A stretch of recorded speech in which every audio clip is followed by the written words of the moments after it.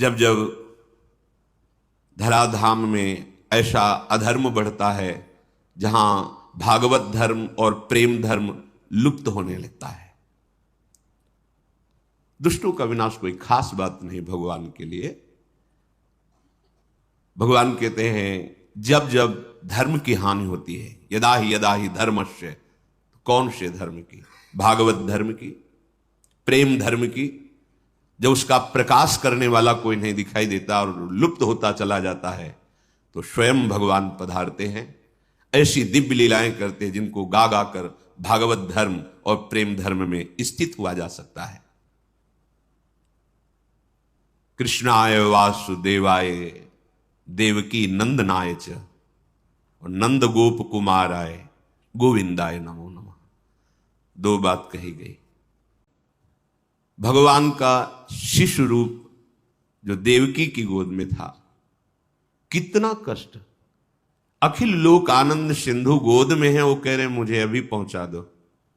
वसुदेव जी की गोद में प्रभु को विराजमान करती है, हृदय में कितनी पीड़ा होगी। नवजात शिशु अभी आंखों से ओझल, जिसके दर्शन मात्र से परमा आह्लाद परम सुख, वो अभी जा रहा है। विचार करो, ये भगवदानंद कायर पुरुषों को प्राप्त नहीं होता, ये शूरवीरों को प्राप्त होता है जो हर स्थिति में प्रभु की सुख का चिंतन करते हैं। अपने सुख दुख की तो परवाह ही नहीं जिसे, तभी साधु संग से भजन करते करते ऐसी स्थिति होती है। भगवान वसुदेव जी की अब गोद में है। वसुदेव देवकी नंदन और यशोदा नंद नंदन। श्री लालजू महाराज निकुंज से आए जो नंद नंदन के रूप में है, और देवकी वसुदेव के यहां भगवान नारायण का प्रादुर्भाव होता है। वासुदेव भगवान जो देवकी नंदन है उनका नाम रखा गया है वासुदेव। सनत कुमार जी, सनक सनंदन सनत कुमार जी जो भगवान से मिल रहे हैं, दर्शन कर रहे हैं, तब वो कह रहे हैं हे भगवान वासुदेव। वासु समस्त ब्रह्मांड जिनके एक रोमकूप में वास करता है, ऐसे अनंत ब्रह्मांड जिनके रोम कूपों में वास करते हैं। वासु सर्वनिवासस्य विश्वान यशु लोमशु। वसुदेव जी भगवान की महिमा का स्मरण करते हैं, हृदय से लगाते हैं, तुम्हें कैसे दूर करूं, तुम्हें कैसे छोड़ के आऊं। इतना तो कष्ट भोगते रहे, अन्य पुत्रों का वध कर दिया गया, अब आनंद सिंधु आप मेरे हृदय से लगे, और वो भी अब हम ही आपको जाके छोड़ करके वापस आपको आए, पर आपके सुख के लिए हमें जाना पड़ेगा। पर जाऊं तो कैसे जाऊं? पैरों में बेड़ियां हैं, हाथों में हथकड़ी है, लोहे के बहुत मजबूत दरवाजे और शस्त्र धारण की हुई आसुरी स्वभाव वाले मायावी राक्षस वो द्वारपाल बने खड़े हैं, अत्यंत विषादग्रस्त हो रहे हैं। ऐसा सोचते ही देखा कि हथकड़ी और बेड़ियां टूटकर गिर गई, प्रसन्नता हुई। कदम आगे बढ़ाए तो देखा अपने आप दरवाजे खुल गए। तस्य देवा परम ब्रह्म वासुदेव इति रीता। जिनके लोम कूपों में अनंत विश्व ब्रह्मांड स्थित हैं, वो सर्वनिवास, वो महान, वो परम पुरुष, महान देव स्वामी आपको वासुदेव कहते हैं। वही आप महान, वही आप परम पुरुष वासुदेव के रूप में है। चारों वेद पुराण इतिहास जितना भी वर्णन है प्रभु आपका है। कहीं भी किसी भी ब्रह्म ऋषि ने ऐसा नहीं देखा कि आपका तन, आपका ये शरीर सप्तम धातु से बना हुआ है। किसी वेद ने निरूपण नहीं किया, किसी मुनि ने ऐसा अनुभव नहीं किया। यहां हम सब साक्षी हैं, धर्म साक्षी है, सर्व साक्षी है, वेद साक्षी है कि आप सच्चिदानंदमय तनु भगवान वासुदेव हैं। बड़े विशाल लोह कपाट अपने आप खुल गए। जिसके छाती में अखिल लोकों के स्वामी प्रभु बाल रूप से विराजमान है, अब उसको कौन सा बंधन बांध सकता है? जो भगवान को अपने हृदय में चिंतन के द्वारा सदैव बसाए रखता है, उसको मोक्ष के लिए कोई प्रयास नहीं करना पड़ता, सारे बंधन अपने आप कट जाते हैं। इसलिए कई बार सत्संग में निवेदन किया है कि हमारी साधना का फल है अखंड स्मृति। हर समय प्रभु के चिंतन में रहते हुए जो भी व्यवहार कार्य है वो करे, कोई नहीं बांध सकता। जब तक प्रभु का स्मरण हृदय में नहीं है, तब हजारों लाखों साधनाएं कर लो, प्रयास कर लो, ये माया का बंधन खुलने वाला नहीं। किसका नमस्कार? जो कंस कारागार में चतुर्भुज रूप में प्रकट हो रहे शनकादि, उनका दर्शन करके वर्णन कर रहे हैं। मंगलमय भाद्रपद के कृष्ण पक्ष की अष्टमी है, मध्य रात्रि का समय, सब ओर घोर अंधकार छाया हुआ है, पर सारी प्रकृति एक नवीन आनंद उत्सव में भरी हुई है, क्योंकि प्रकृति के स्वामी परमात्मा का प्रादुर्भाव हो रहा है। उल्लास में भरी हुई संपूर्ण प्रकृति है। प्रकृति के परम आश्रय, प्रकृति को भी सृजन करने वाले परम देव पधार रहे हैं, तो प्रकृति उल्लसित होकर उनका स्वागत कर रही है। दिशाओं में प्रसन्नता छाई हुई है, यद्यपि बहुत ही आसुरी प्रवृत्ति का बोलबाला है। माया की शाकलों से हाथ पैर गले सब बंधे हुए हैं। काम वासना, क्रोध, लोभ, मोह, मद, मत्सर, ये ऐसे मायावी द्वारपाल हैं कि आपको निकलने ही नहीं देंगे। अज्ञान का कारागार, अंधकार युक्त, कैसे निकला जाए? श्री कृष्ण को हृदय में रखकर। पक्की बात, कृष्ण नाम और कृष्ण रूप में कोई अंतर नहीं। जो कृष्ण है वही कृष्ण नाम है। अगर जिह्वा से राधा राधा कृष्ण कृष्ण चल रहा है, तो मनो प्रिया प्रीतम विराजमान है आपकी जिह्वा में। अतएव जीव इस भयंकर अविद्या माया रूपी कैद खाने से एक से एक बड़े भयंकर असुर प्रकृति के अधिकार संपन्न जन है। भौमासुर, बड़े बड़े जरासंध, कितने कितने ऐसे, और कंस के तो बल से प्रभावित होकर अपनी पुत्रियों का ब्याह जरासंध ने किया था। महान बलि जरासंध। सब तरफ दुख, क्लेश, अशांति फैली हुई है, पर प्रभु का अवतार हो रहा है, तो इस समय आनंद ही आनंद छाया हुआ है। स्वयं नदियों का जल निर्मल हो गया, सरोवरों में रात्रि में ही कमल खिल उठे, वृक्षों की शाखाएं बिना ऋतु के पुष्प और फल से संपन्न हो गई। जो भजन करने वाले यत्र तत्र साधु महात्मा हैं, उनको एक अलौकिक आनंद की अनुभूति हो रही, क्योंकि उनके प्राणाराध्य प्रकट हो रहे हैं। विविध प्रकार की वासना की जंजीरों से, काम क्रोधादि मायावी द्वारपालों से बचकर अगर निकल सकता है, तो एकमात्र प्रभु को हृदय में रखने पर, अर्थात स्मरण करने पर, अगर प्रभु का स्मरण है तो आप मुक्त हो जाएंगे। मुक्ति के लिए कोई अलग से वेदांत पढ़ने की जरूरत नहीं, अपने आप ज्ञान प्रकाशित हो जाएगा। प्रतिपल भगवद स्मरण, चित्तवृत्ति को रोककर बार बार नाम में लगाना, रूप में लगाना, लीला में लगाना, धाम चिंतन में लगाना, कोई मोक्ष के लिए प्रयास करने की जरूरत नहीं। अपने आप आपको अनुभव होगा कि जो परमार्थ का परम लाभ वो प्रकाशित हो रहा है। दरवाजा खुला, वसुदेव जी लालजू को लेकर बाहर निकले तो डर रहे थे कहीं पहरेदार देख ले तो प्रहार कर देंगे, पर वहां देखा सब बेशुद्ध मूर्छावस्था को प्राप्त है।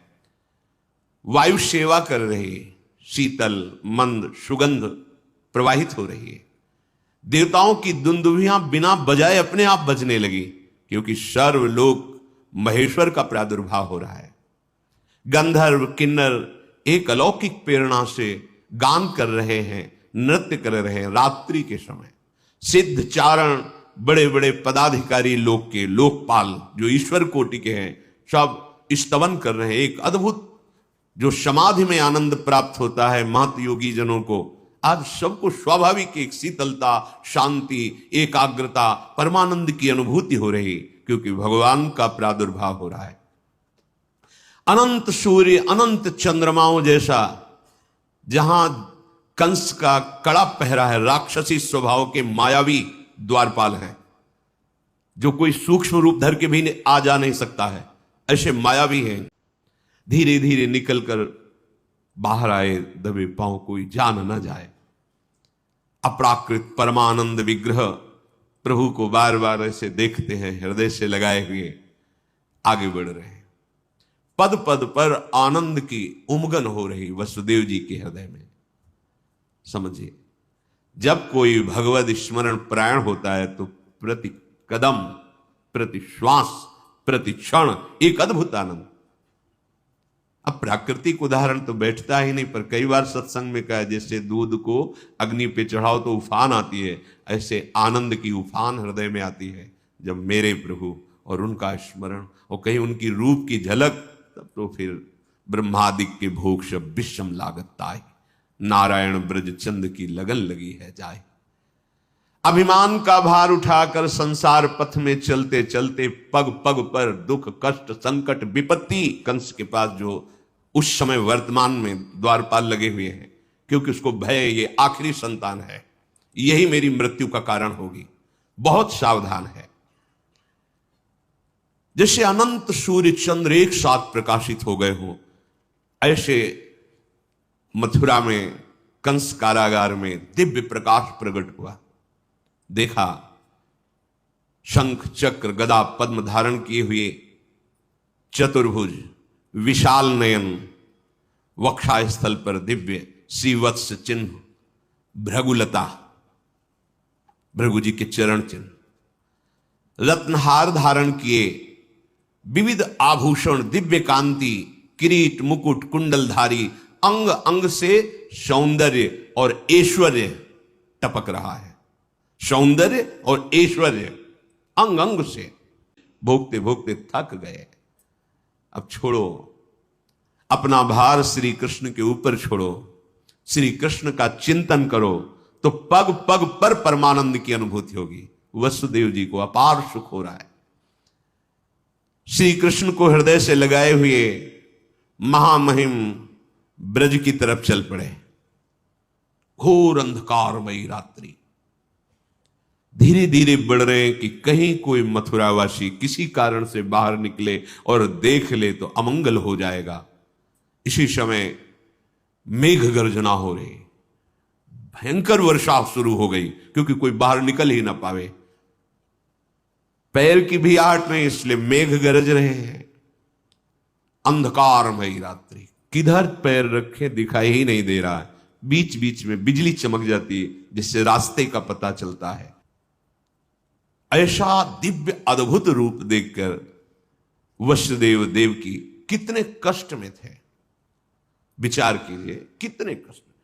ऐसे दुष्ट स्वभाव के शासक, और उसको भय है कि इनसे संतान जो होगी वो मेरी मृत्यु का कारण। बड़ा कष्टमय जीवन, घोर अंधकार में, जेल में हथकड़ी बेड़ी पड़ी हुई। हमें थोड़ा कष्ट होता है, हम भगवान को शिकायत करने, ये इतने महान तप संपन्न है कि भगवान की पिता होने का सौभाग्य, पर कैसा कष्ट है, घोर पहरा है। उस अंधकार में ऐसे तेजो में रूप को देखकर अद्भुत आनंद वसुदेव और देवकी जी को हुआ। भगवान प्रकट होकर उन्हें अभय वचन दे, अब आप डरो मत, जहां मैं पधारता हूं वहां क्लेश परंपरा ही खत्म हो जाती है। जब वर्षा प्रारंभ हुई, वसुदेव जी ने अब कहां तक ऐसे छुपाए, लगा कि नवजात लाला है, वर्षा में कुछ दुख पहुंच सकता है, ऐसा विचार कर रहे हैं। अचानक देख रहे हैं कि आसपास तो बूंदे गिर रही, पर ऊपर बूंदे नहीं गिर रही। सोचा इस लाला का ही चमत्कार होगा, पर बात यह हुई कि 1000 फण फैलाकर भगवान शेष जी पीछे से फणों की छाया किए हुए, वसुदेव के अंग में ही एक बूंद नहीं पड़ रही, फिर लाला की तो बात जाने दो। ये अनंत देव भगवान शंकरषण है, जो भगवान का ही दूसरा स्वरूप है, पर अनादि सिद्ध ये दासत्व भाव से है। प्राण प्यारे प्रभु की सेवा सदैव इनका जीवन है। तुम्हें याद कराने के लिए बता रहा हूं, तुमने पूर्व में हमारे को प्राप्त करने की तपस्या की है। भगवान के इशारे से उनको पूरा बोध हो रहा है। तुम कंस के भय से अधीर हो रहे हो। कंसादह मधीरधी, अब तुम्हें किसी से भयभीत होने की जरूरत नहीं। जो मुझे स्वीकार कर लेता है, जिसे मैं स्वीकार कर लेता हूं, काल का भी उसके ऊपर भय नहीं रहता। अब तुम प्रसन्न हो जाओ। देखते देखते भगवान चतुर्भुज रूप से अंतर्धान होकर बाल रूप हो गए, रुदन करने लगे। भगवान का वो बाल रूप द्विभुज, चतुर्भुज ईश्वरी रूप, द्विभुज बाल रूप देवकी की गोद में। अब तो देखकर बहुत ही अधीर हो गए। क्षीर समुद्र में गौर वर्ण धारण किए हुए, जब जब अवतार लेते तब भी गौर वर्ण होता है, चाहे लखनलाल के रूप में या बलराम के रूप में। भगवान की शैया बने रहते हैं, भगवान इन्हीं पर शयन करते हैं। सय्यासन परिधान पादुका छत्र चामरैहि किम नाभूस्तस्य कृष्णस्य मूर्ति भेदस्तु मूर्तिषु। ये भगवान अनंत हमारे प्रभु की पादुका बनते हैं, यही शैया बनते हैं, यही आसन बनते हैं, यही प्रभु के वस्त्र बनते हैं, यही छत्र चवर विविध रूप धारण करके हमारे प्रभु श्री कृष्ण की सेवा करते हैं। भगवान शेष संकर्षण अनंत महिमा युक्त। वसुदेव जी को पता नहीं चल रहा कि हमारे पीछे भगवान अनंत शास्त्र फण ऐसे फैलाए हुए चल रहे हैं, क्योंकि वात्सल्य उमड़ा तो ऐश्वर्य का विस्मरण हो गया। ऐश्वर्य रूप इसीलिए दिखाया कि तुम भय मत करो, मैं सर्वलोक महेश्वर भगवान हूं। पर जीव ही बाल रूप में इंद्र नीलमणि कांत स्वरूप अब तो अधीर हो गए और रुदन करते हैं कि प्रभु, जहां ये सूर्य उदय हुआ, द्वारपालों ने बताया जाके तहां वो दुष्ट आएगा और आपको मार देगा। मैं बहुत अधीर हो रहा हूं प्रभु, मेरा ज्ञान कार्य ही नहीं कर रहा है, क्योंकि वात्सल्य के आगे ये सब नहीं चलता। भगवान का ऐश्वर्य भी वात्सल्य के आगे नहीं चलता। प्रभु, मुझे आपकी रक्षा के लिए बहुत भय है। प्रभु ने कहा, यद्यपि तुम्हें भयभीत नहीं होना चाहिए, पर आप वात्सल्य के कारण भयभीत हो रहे हो, तो मुझे गोकुल पहुंचा दो और वहां मेरी महाशक्ति योग माया प्रकट हुई है, तुम उसको ले आओ, मुझे वहां पहुंचा दो, तुम निर्भय रहो। उनको लगा लाला का कोई चमत्कार है, बाहर तो बूंदे पड़ रही पर हमारे ऊपर नहीं। अब लाला को मस्तक पर धारण कर लिया। आगे बढ़े तो भारी समस्या यमुना जी, क्योंकि भादो का महीना है, बाढ़ पे यमुना जी चल रही है।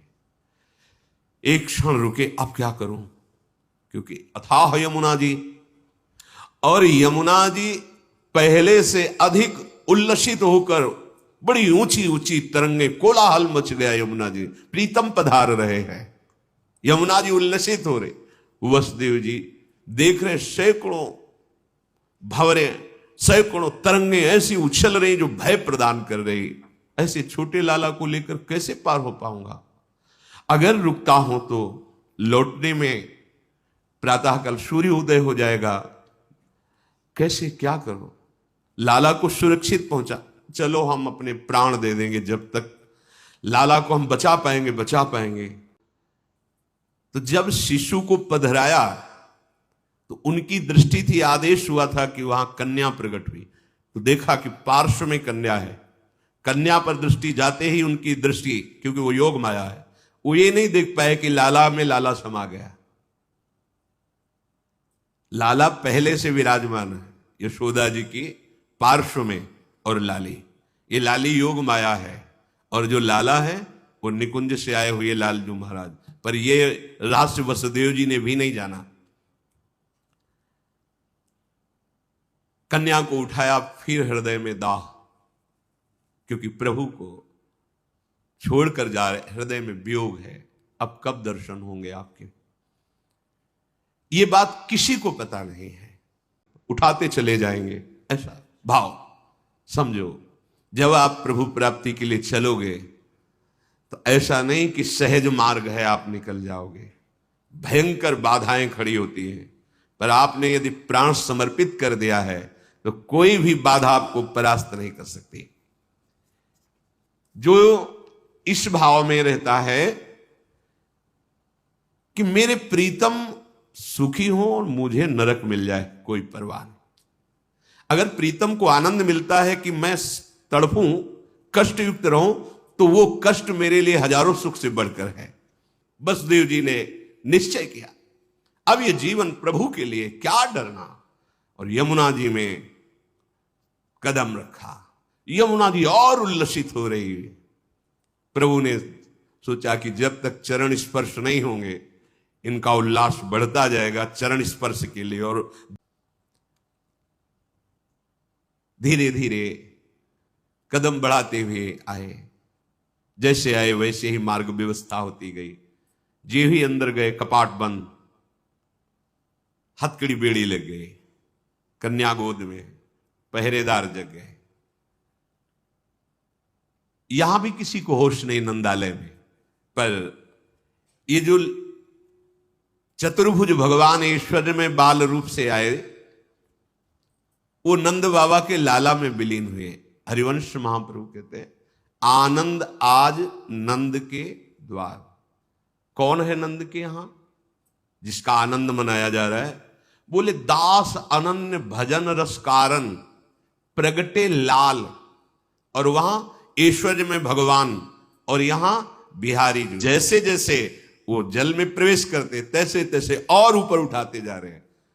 प्रभु ने अपने चरण अभी प्रकट हुए बड़े कर दिए। यमुना जी जीव ही चरण स्पर्श की नम्र हो गई। जल अपने आप घटने लगा। बस घुटनों घुटनों पूरी यमुना जी हो। वसुदेव जी को लगा कि ये कुछ चमत्कार लाला का ही है, क्योंकि अभी तो ऐसा तूफान में स्वरूप यमुना जी का मैं भयभीत हो रहा था।